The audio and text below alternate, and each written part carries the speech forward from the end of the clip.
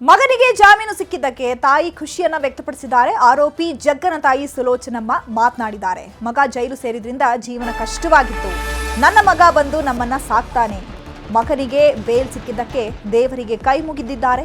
ತಾಯಿ ಸುಲೋಚನಮ್ಮ ಚಿತ್ರದುರ್ಗದ ಜಗ್ಗನ ಮನೆಯಲ್ಲಿ ಸಂಭ್ರಮಾಚರಣೆ ಮನೆ ಮಾಡಿದೆ.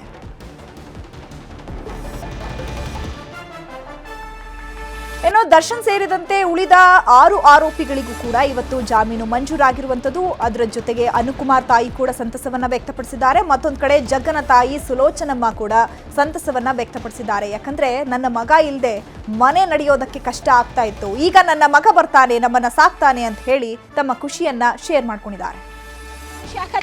ನನ್ನ ಮಗ ಯಾವ್ದು ತಪ್ಪು ಮಾಡಿಲ್ಲಪ್ಪ, ನನ್ನ ಮಗ ಬಂದು ನಮ್ಮನ್ನು ನೋಡ್ಕೊಂತಾನೆ. ಈಗ ನನಗೆ ಚೆನ್ನಾಗಿಲ್ಲ, ನನ್ನ ಮಗ ಬಂದು ನಮ್ಮನ್ನು ಸಾಕ್ತಾನೆ. ನಮ್ಮ ಜೀವನ ಭಾರಿ ಕಷ್ಟ ಆಗಿತ್ತು. ಅಷ್ಟೇ ಸ್ವಾಮಿ, ನನ್ನ ಮಗ ಏನು ತಪ್ಪು ಮಾಡಿಲ್ಲ. ಕಷ್ಟ ದಿನ ಕಳೆದು ಇನ್ಮೇಲೆ ನನ್ನ ಮಗ ಬಂದ ನನ್ನ ಸಾಕ್ತಾನೆ. ವಾರು ನಮಗೇನು ತಂದು ಕೊಟ್ಟಿಲ್ಲ. ನಮ್ಮ ಜೀವನ ಈಗ ನೋಡಿ ನಾನು ಮಾಡ್ತೀನಿ.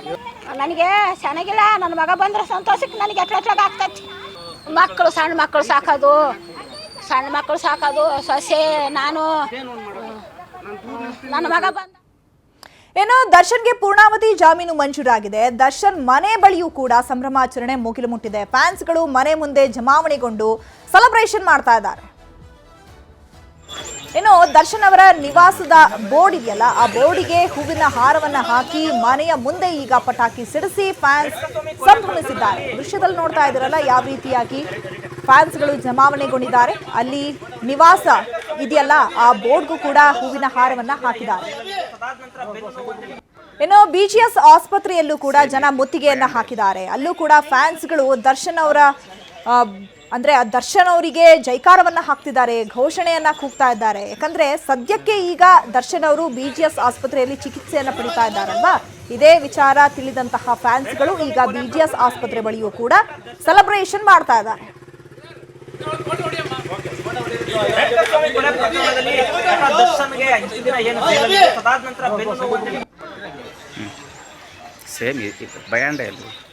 ದರ್ಶನ್ಗೆ ಜಾಮೀನು ಸಿಗ್ತಾ ಇದ್ದಂತೆ ವಿಜಯಲಕ್ಷ್ಮಿ ಸಂತಸ ವ್ಯಕ್ತಪಡಿಸಿದ್ದಾರೆ. ದೇವಸ್ಥಾನದಲ್ಲಿ ಪೂಜೆಯನ್ನ ಸಲ್ಲಿಸ್ತಾ ಇದ್ದಾರೆ. ದರ್ಶನ್ ಪತ್ನಿ ವಿಜಯಲಕ್ಷ್ಮಿ ಜಾಮೀನಿಗಾಗಿ ವಿವಿಧ ದೇವಸ್ಥಾನಗಳಿಗೆ ಮೊರೆ ಹೋಗಿದ್ರು. ವಿಜಯಲಕ್ಷ್ಮಿ ಪತಿ ದರ್ಶನ್ಗೆ ಜಾಮೀನು ದೊರೆತ ಹಿನ್ನೆಲೆ ದೇವರಿಗೆ ಧನ್ಯವಾದವನ್ನ ಸಮರ್ಪಣೆ ಮಾಡೋದಕ್ಕೆ ವಿಜಯಲಕ್ಷ್ಮಿ ಅವರು ವಿಶೇಷ ಪೂಜೆಯನ್ನ ಮಾಡಿಸಿದ್ದಾರೆ.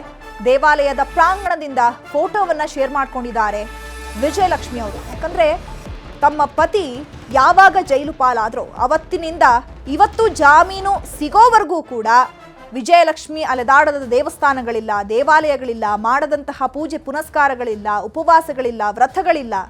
ಎಲ್ಲವೂ ಈಗ ಫಲಿಸಿದೆ ಅನ್ನುವಂಥದ್ದು. ಈಗ ದೇವರಿಗೇನೆ ಒಂದು ರೀತಿ ಥ್ಯಾಂಕ್ಸ್ ಹೇಳಬೇಕು ಅನ್ನುವಂಥ ನಿಟ್ಟಿನಲ್ಲಿ ದೇವಸ್ಥಾನಕ್ಕೆ ಹೋಗಿದ್ದಾರೆ. ವಿಶೇಷ ಪೂಜೆಯನ್ನ ಮಾಡಿಸಿದ್ದಾರೆ. ಅಲ್ಲೇ ದೇವಸ್ಥಾನದಿಂದ ಒಂದು ಫೋಟೋವನ್ನ ಕೂಡ ಅವರು ಪೋಸ್ಟ್ ಮಾಡಿದ್ದಾರೆ. ದೇವರಿಗೆ ಸಮರ್ಪಣೆ ಮಾಡಿದಂತಹ ಹೂಗಳನ್ನ ಕೈಯಲ್ಲಿ ಹಿಡ್ಕೊಂಡು ಆ ಹೂಗಳನ್ನ ಒಂದು ರೀತಿ ದೇವರ ಪ್ರಸಾದ ಅಂತಾನೆ ಭಾವಿಸಿ ಈಗ ನನ್ನ ಪತಿಗೆ ಜಾಮೀನು ಮಂಜೂರಾಗಿರುವಂಥದ್ದು ನಿಜಕ್ಕೂ ಕೂಡ ನನಗೆ ಸಂತಸವನ್ನ ತಂದಿರುವಂಥದ್ದು ಅಂತ ಹೇಳಿ ಪೋಸ್ಟ್ ಅನ್ನ ಹಾಕಿದ್ದಾರೆ ಸಾಮಾಜಿಕ ಜಾಲತಾಣದಲ್ಲಿ. ಮಧ್ಯಂತರ ಜಾಮೀನು ಸಿಕ್ಕಿದಾಗಲೂ ಕೂಡ ವಿಜಯಲಕ್ಷ್ಮಿ ಅವರು ದೇವಸ್ಥಾನಗಳಿಗೆ ಹೋಗಿ ಪೂಜೆ ಪುನಸ್ಕಾರವನ್ನ ಮಾಡಿದ್ರು. ಬಟ್ ಈಗ ಪೂರ್ಣಾವಧಿ ಬೇಲ್ ಸಿಕ್ಕಿರೋದ್ರಿಂದ ನಿಜಕ್ಕೂ ಕೂಡ ದರ್ಶನ್ ಅವರ ಬೆನ್ನಿಗೆ ಬೆನ್ನೆಲುಬಾಗಿ ನಿಂತಿದ್ದೇ ಅವರ ಪತ್ನಿ ವಿಜಯಲಕ್ಷ್ಮಿ ಅವರು.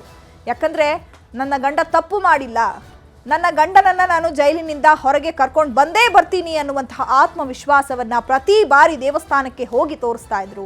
ದೇವರ ಮೊರೆ ಹೋಗ್ತಾ ಇದ್ರು, ವಿಶೇಷ ಪೂಜೆಗಳನ್ನ ನೆರವೇರಿಸ್ತಾ ಇದ್ರು. ಬಟ್ ಈಗ ಆ ದೇವರ ಫಲ ಸಿಕ್ಕಿರುವಂಥದ್ದು. ದರ್ಶನ್ ಅವರಿಗೆ ಪೂರ್ಣಾವಧಿ ಜಾಮೀನು ಮಂಜೂರಾಗಿದೆ.